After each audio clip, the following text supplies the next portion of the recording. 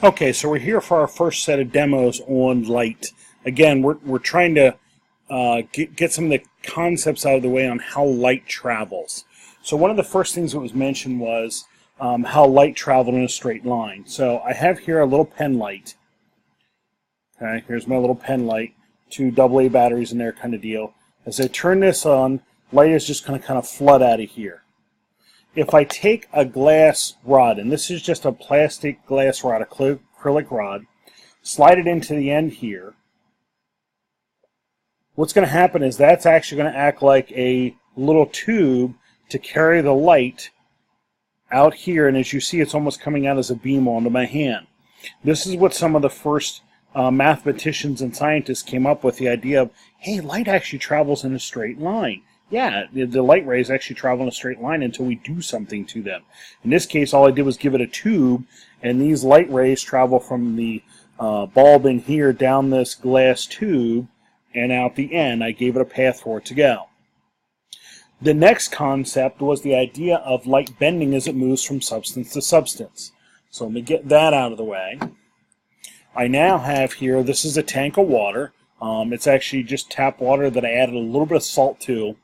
And I now have at the edge of it a laser light source. It's right here at the edge of this tank where my hand is. There's a laser right there.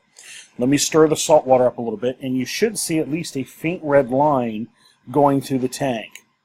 Okay, it's over here on your left as you look. Over here where my finger is, there's the red line going through the tank. There's the laser light. My webcam picks it up okay, but not awesome.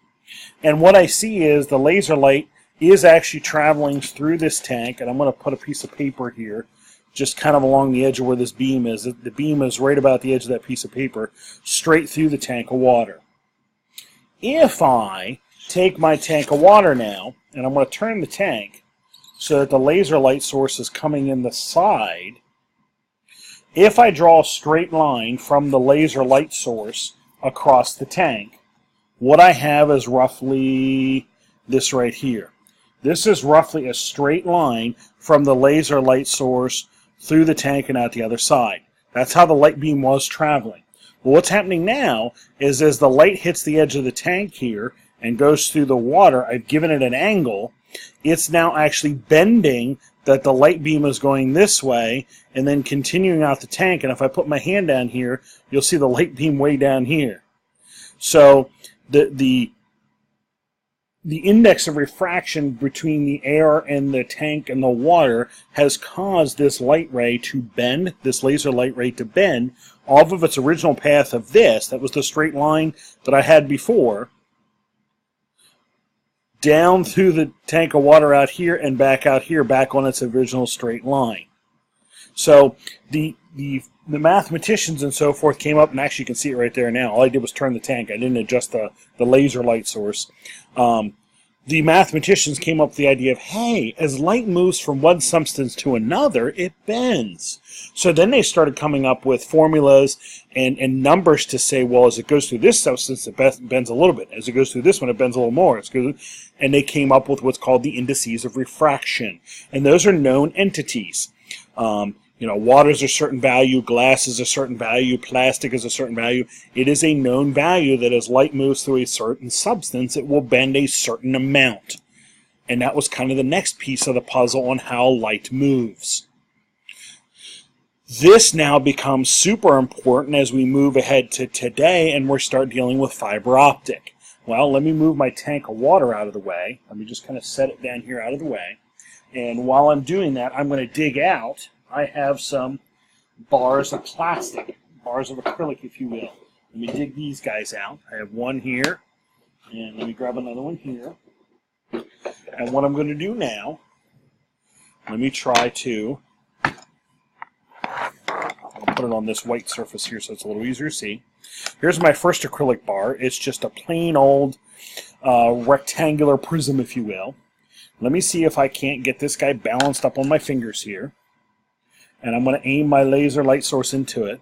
And as you see, that laser light source is going right down through the middle.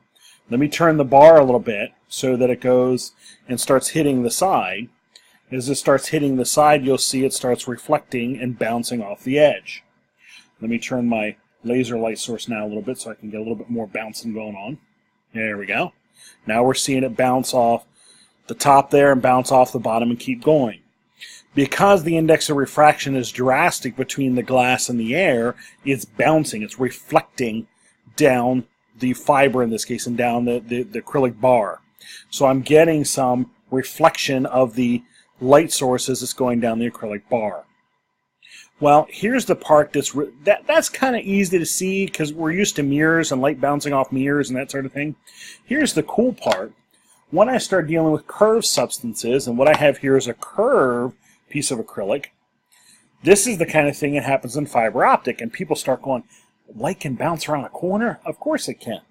If I give it a pathway like this, as the light tries to start bouncing out of the acrylic, it's going to hit the edge and try to bounce back in. So as I now take my light source into my acrylic bar here, let's see if I can get her lined up a little bit. There we go. That's a little better. There we go. You can see it bouncing around the curve and coming out where my right hand is. It's coming in over where my left hand is and bouncing around that curve. Let me get it neatened up a little bit. There we go. There's a little bit better. It's hitting the bottom, top, bottom, and working its way around the corner. Because my indices of refraction is drastic between, again, the air and the acrylic. So these early mathematicians and scientists were figuring out, light travels in straight lines. As it moves from one substance to another, it bends. And I start predicting that, and I can do what I'm doing now with actually moving light the way I want by adjusting my indices of refraction, the air and the plastic, if you will. That's the first handful of demos I needed to show you on how light travels. And this is the principles on how fiber optic works. As we come back, we'll keep going with some of our history of fiber optic.